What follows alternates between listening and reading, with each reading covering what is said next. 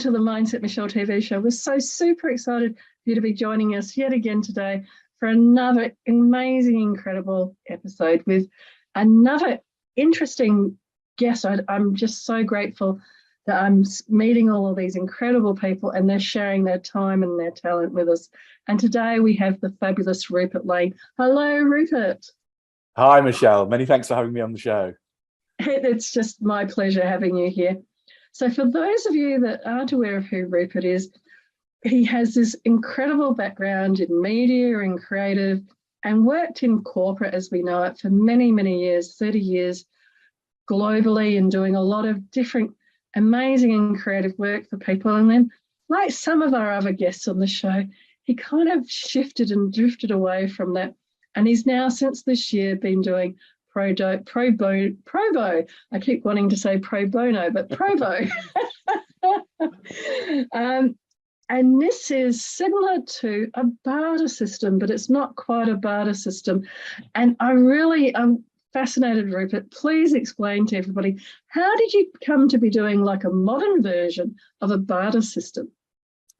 Well, you're right, Michelle. I mean, bartering is as old as time, and it was the first form of trading. So as you say, I've spent nearly 30 years in the corporate world. I've worked for a number of big multinational organizations, doing the classic climbing of the ladder, which has worked great for me. And I was working in the media and marketing and then the events industries. And I found myself working in the events industries when the pandemic hit.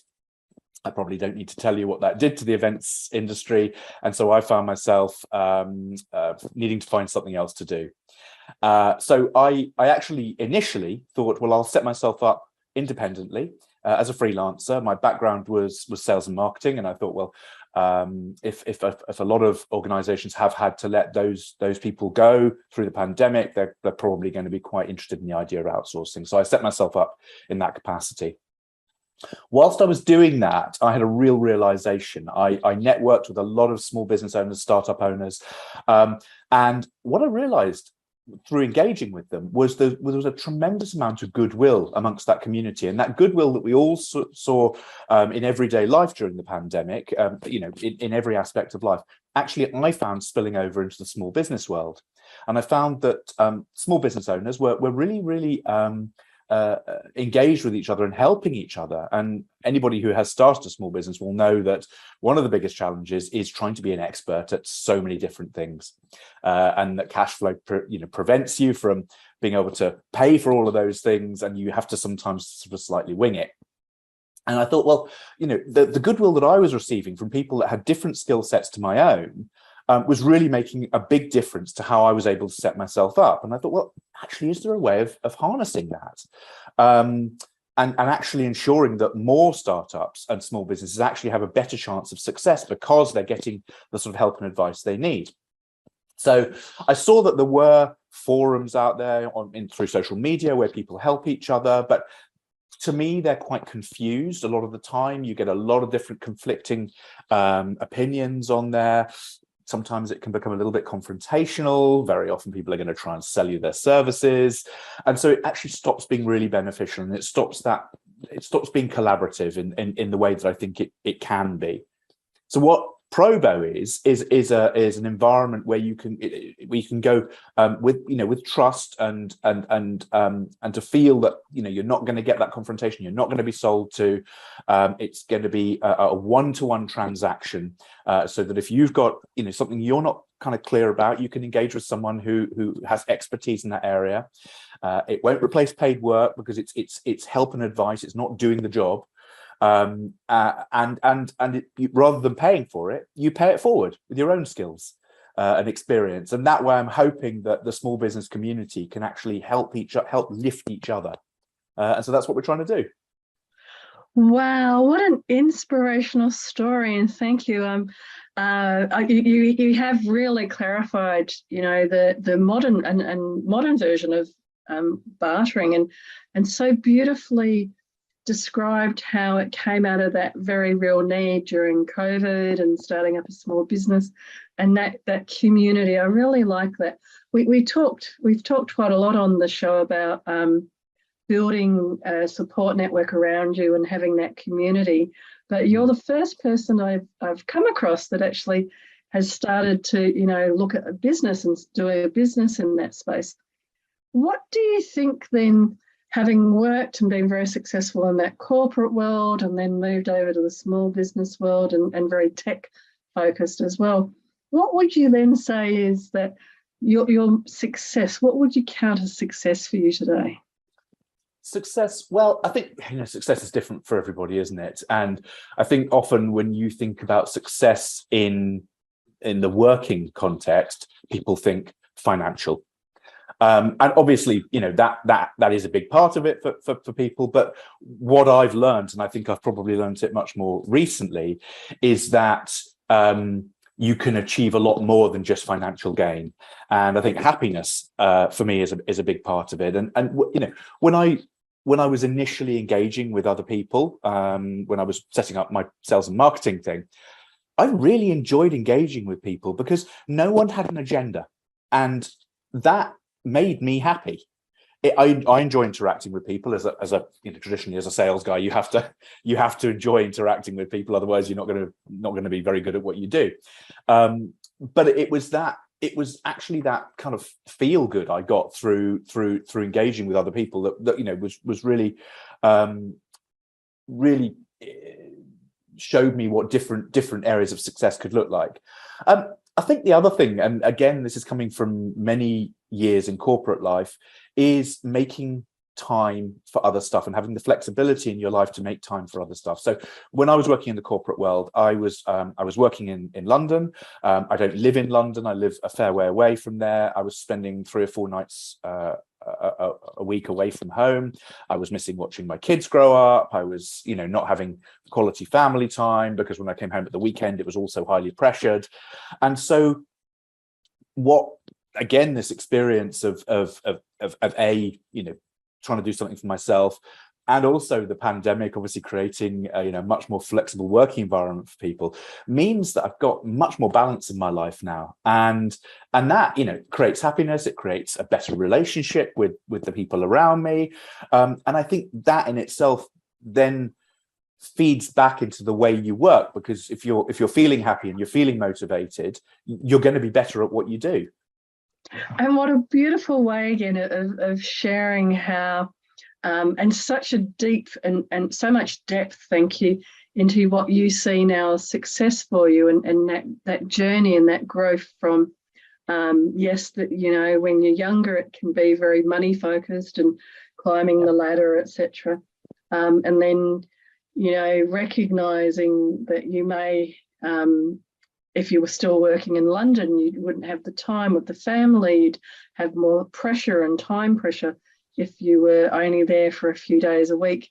So seeing that, and many people are seeing that now with what's going on globally and culturally around those human relations with your family, with your loved ones, they are becoming more and more important than just, how much money and how much work am I getting done, etc.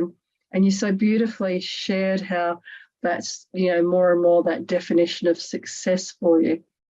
If we look then, what would you say are some of the things that you've done to create that mindset for success that's helped you to lean into it, start building it and move forward into that area?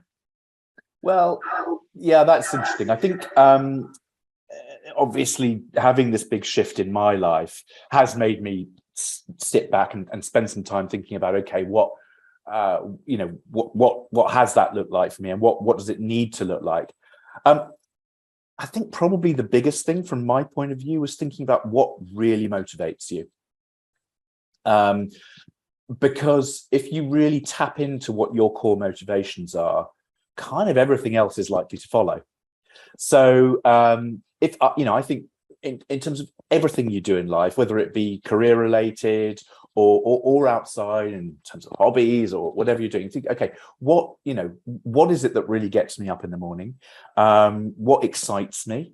And then if you can tap into those things, to me, that is going to create a mindset for success. So I think that's probably like the first core thing that that matters from my point of view. I really hear that around, you know, what is it that gets you up in the morning, and what are those core things? What kind of examples would you say are what help you get up in the morning? So I think doing something meaningful. You know, going back again to the career thing, you know, spent years and years and years just working in a big corporation where, you know, ultimately you make a bit of difference, but in terms of the, you know, the wider world, you're not making that much difference. So I think you know, that's probably, you know, a big one. The experience of creating Probo gave me some incredible feelings of goodwill. No, I don't mean that goodwill. I mean, you know, it gave me the experience of goodwill through interacting with other people. And so I think that, yeah, I think that was, you know, that was really important for me from a, you know, motivational point of view. I think I do hear the motivational side there, yeah, and you've used the word a couple of times, and I think it's really important to pull that out, because I can really hear, you know, in the corporate world, and there was perhaps less meaning and less to get you out of bed, and I really like how you were saying what gets you up in the morning, because a lot of mindset starts with what gets you up in the morning and what gets you going for the day.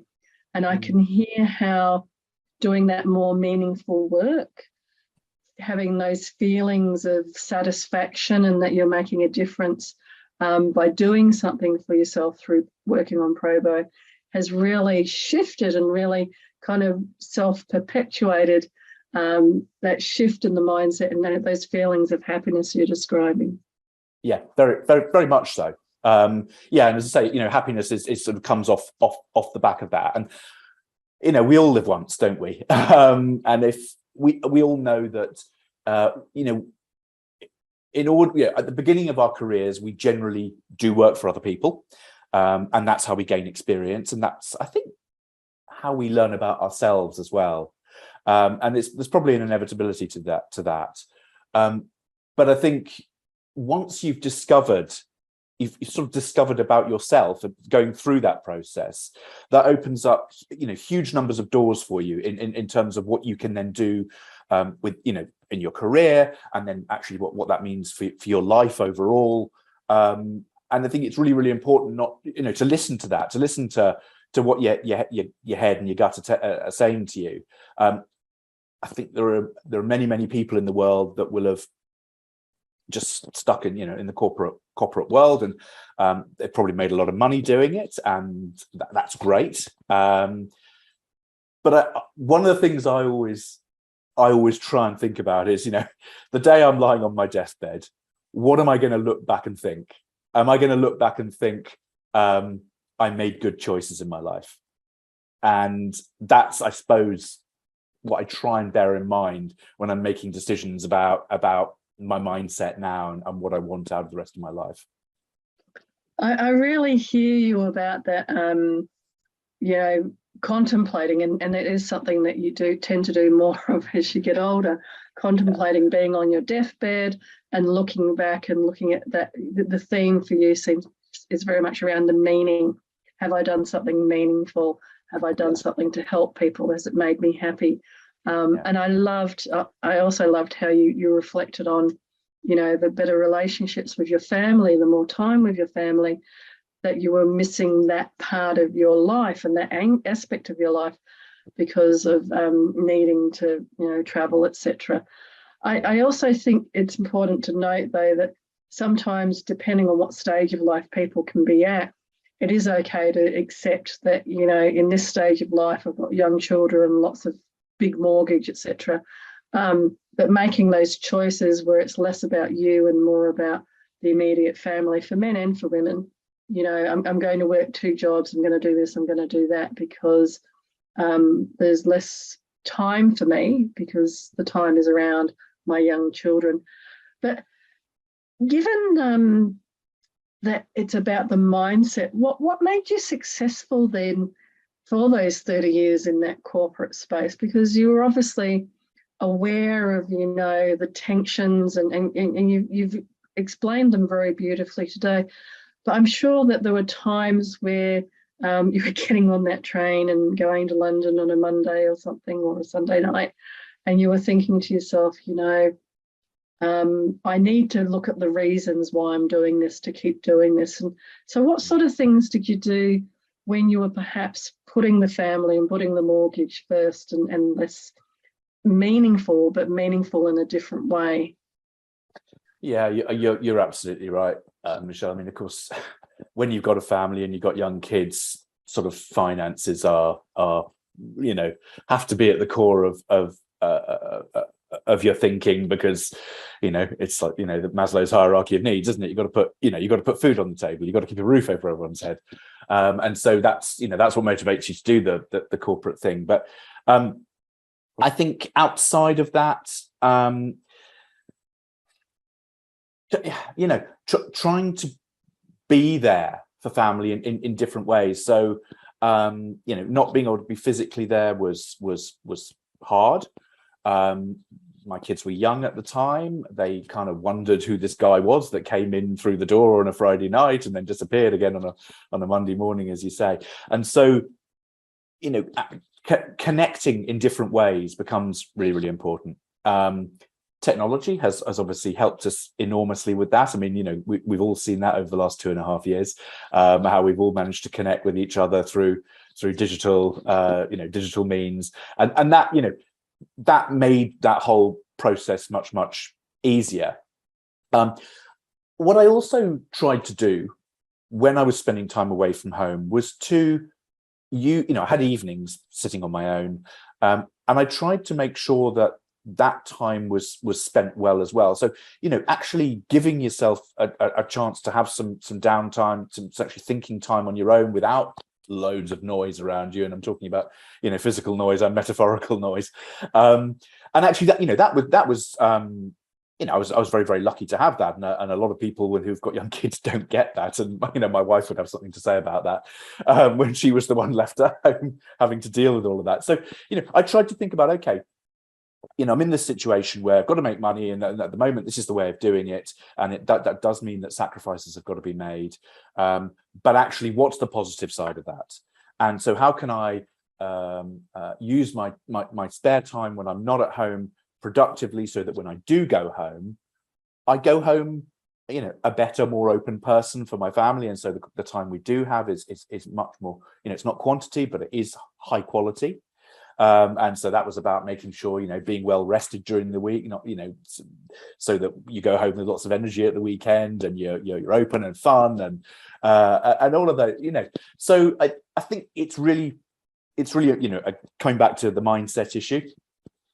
It's whatever you're going through, and you know, if you are doing that whole 9 to 5, you know, thing, it's thinking, okay, what are the upsides of this? What does this create for me outside of the financial side, that I can then take into other aspects of my life and use as a force for positive in other aspects of my life? And again, such a fabulous, I'm loving hearing you speaking and sharing such a depth of insight into you know, being aware that there's some downsides to not being at home, but there's some positives as well. And then having that insight to, you know, how am I going to make the best of this situation? How can I be the best person going home so I'm well rested, and I've appreciated the time and space, and worked on myself, enjoyed the quiet. And yes, I like how you distinguish, it's not just the noise, it's the activity, especially with young children. And then, of course, recognizing that your wife is doing a lot of the heavy lifting then with the young children all week. So I'm loving these different insights that you're sharing around how in those moments and in those situations you were taking what you could and then reflecting on them for how to keep building that great successful mindset, whether it was working for the money at that moment in time, whether it was the events and the different things that you were doing in that in more recent years, and now shifting as you have so beautifully through COVID and those changes into, well, in this community, in the small business community where people are being so generous and giving their time, this is the meaningful. For me, this is the meaningful. This is the what gets me out of bed in the morning. And I'm loving how that journey then took you down. Well, actually, it's given me time with the family. It's given me this, it's given me that, it's given me the freedom and all of the other fabulous things that Probo has started to open up for you. It's a really lovely journey. Thank you so much for sharing it today. Thank you for giving me the chance to do it.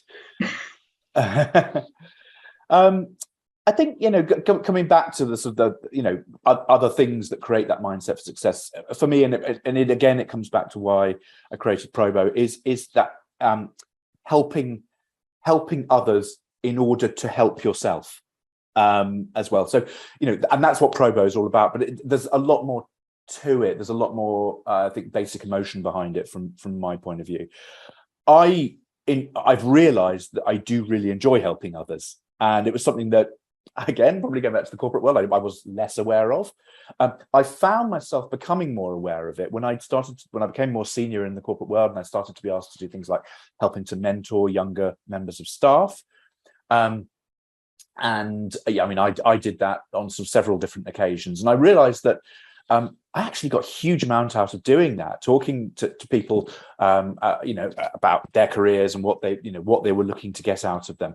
But I realized I was actually helping myself through doing that, because it helped me to reanalyze what I was doing a little bit. It obviously, it did the very obvious things of releasing all those chemicals that oxytocin and serotonin and all those things that the sort of feel good chemicals into our bodies, which you do that and then you feel good on the back of it, and therefore you feel more motivated on the back of it.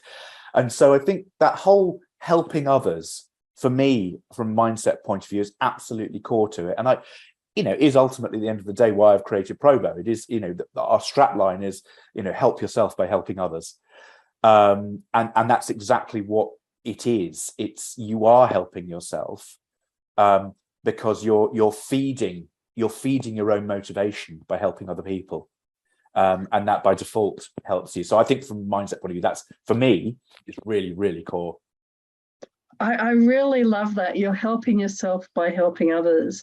So it really has that lovely balance that sometimes people can speak about helping others, but that they forget that, you are helping yourself, or, help yourself and you can forget about helping others. So I love that understanding that you're helping yourself by helping others. And what a wonderful ethos and philosophy behind Probo. And I really get when I'm speaking to you about how it reflects that joy. I just keep hearing about the joy and the meaning, of working during COVID and meeting the small business people and seeing that kindness and that support and then building Probo out of it. And very much like that old barter system of old, where you pay it forward. And I really like how with the paying it forward, it's recognizing that it's helping you while you help others. And joining those two together, I think, is a very, very clever way of doing it. Well, I think paying it forward is an interesting thing, isn't it? It's a phrase that we've all kind of learned quite recently. I mean, I certainly don't think I'd heard about paying it forward 10 years ago. And so the fact that it's become a thing shows that, as far as the human psyche is concerned, it's an important thing, and people, everyone gets something out of it. And people, I think it wouldn't have taken off in the same way that it has if the person that is paying it forward didn't get something out of it as well. And so, I get taking it back to what I'm doing now. I sort of thought, well, if that's working really, really well in everyday life, why wouldn't it work in business in the same way? There's just no reason behind it, because business is basically about a human interaction. It's formalized and it's had structure put around in it. But at the end of the day, exactly as you're saying about, bartering, Michele, business is just a basic human interaction. And so paying it forward should be just as applicable in business as it is in everyday life. And it's you've brought it together, that whole concept and that philosophy in such a beautiful way with Probo, where if you think about it, communication is an interaction where we're talking and it's, going backwards and forwards. And what you're describing through, different specialists in different areas supporting each other, but perhaps I support this person and then somebody else over here supports me because I have a different need to the skill set of that person over there. So I really love how you've brought together like the system, the methodology now that people can use, and it also very clearly values the expertise of the people that are sharing their information and their knowledge. So it's not, because I know that some small business people can find that, they're always being asked to give things for free or give advice for free or for whatever. But this is actually a wonderful way of valuing and allocating, just like with bartering, allocating a value to somebody's expertise so that there is that fair exchange. Yeah, exactly that. And I guess there was one final thing. You obviously asked me to think about, what do I see as a mindset for success? And again, it's very much a people related thing to me, is not being put off by others. People won't always agree with you. In fact, there's an awful lot of people in life that won't agree with you. And I mean, I've experienced this through what I've been doing recently. There are some people that go, "Oh, no, I'd never do that," and that's fine. But we are all social beings, and I think it's really important to try and understand, rather than having conflict when people don't agree with you. Try and get under the skin of why they're not agreeing with you. Try and understand their perspective, their point of view, and again, that's something I've learned enormously through what I've been doing, because any startup owner will tell you that there have been people out there that have dismissed what they're doing immediately, and you have a choice as to whether to let that dictate your thought process and your decision making process, whether to argue back and just tell them, what they're saying is rubbish and whatever. Or there is a third option to go, okay, that's a really interesting point of view. I would love to find out some more about it. And to just get to know why people think like they do and what's motivating them to do it. And I think you can learn a lot through it. You don't have to be dictated by it, but it can really add to your own experience. And it can, if you handle that sort of thing correctly, it can help your own decision making process better, because it helps you understand people better. So I think that was probably the final thing I was thinking about, in terms of mindset for success, and something that I as I say, after 30 corporate years, I didn't realize how much more I had to learn about people, but the last couple of years have shown me that I really did, and that was a big part of it too. Oh, fabulous. And I again, this is like gold hearing you talk about, and in such a deeply thought through way, and I'm really loving it, how understanding that people with a different opinion, and sometimes in an opposing opinion, you can still get value, and that mindset about getting value. And it can be a little bit tricky to kind of get to that point, because most of the natural reaction can be around, no, I'm doing this and you're wrong and I'm right, sort of thing. And then going down that path, well, actually, I still think you're wrong, but can you tell me a little bit more so I can understand the thinking? And then even by hearing it, you then expand your level of thinking. Speaking of thinking, I think we could talk for hours on these different topics, but Rupert, what's the best way for people to get hold of you? Probably through my LinkedIn profile. Rupert, Rupert Lane on LinkedIn, London. You'll see my background. You'll know it's me because I've got the corporate background, and what I'm currently doing is the founder of Probotech Limited. So anybody wants to contact me through that, please do. I'd love to chat.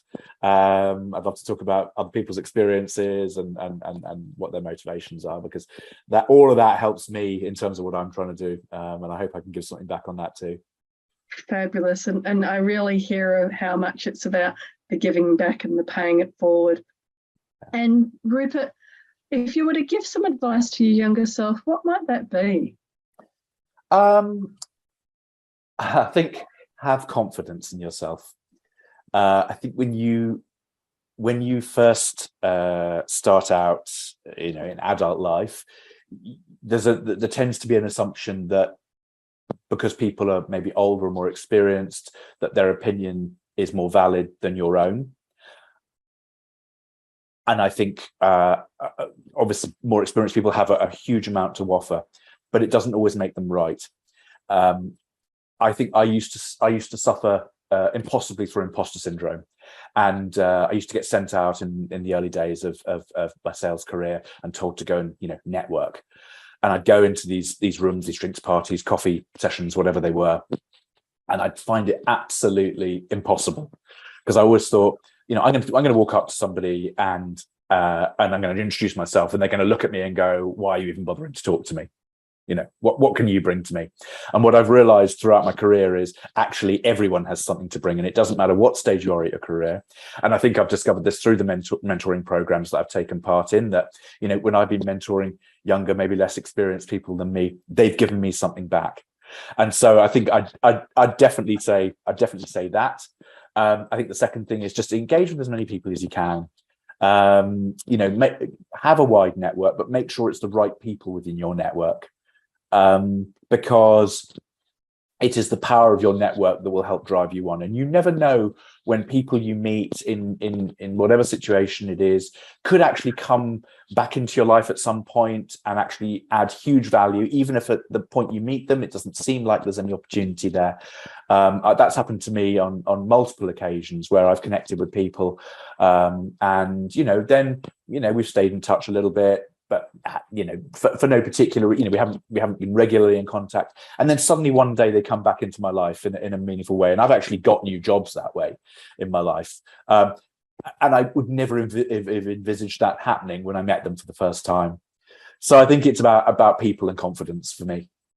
Oh, wonderful! And again, I applaud you and thank you for the really deep thinking that you have behind the comments that you've been sharing today and the suggestions. And thank you so much again for being on the show, Rupert.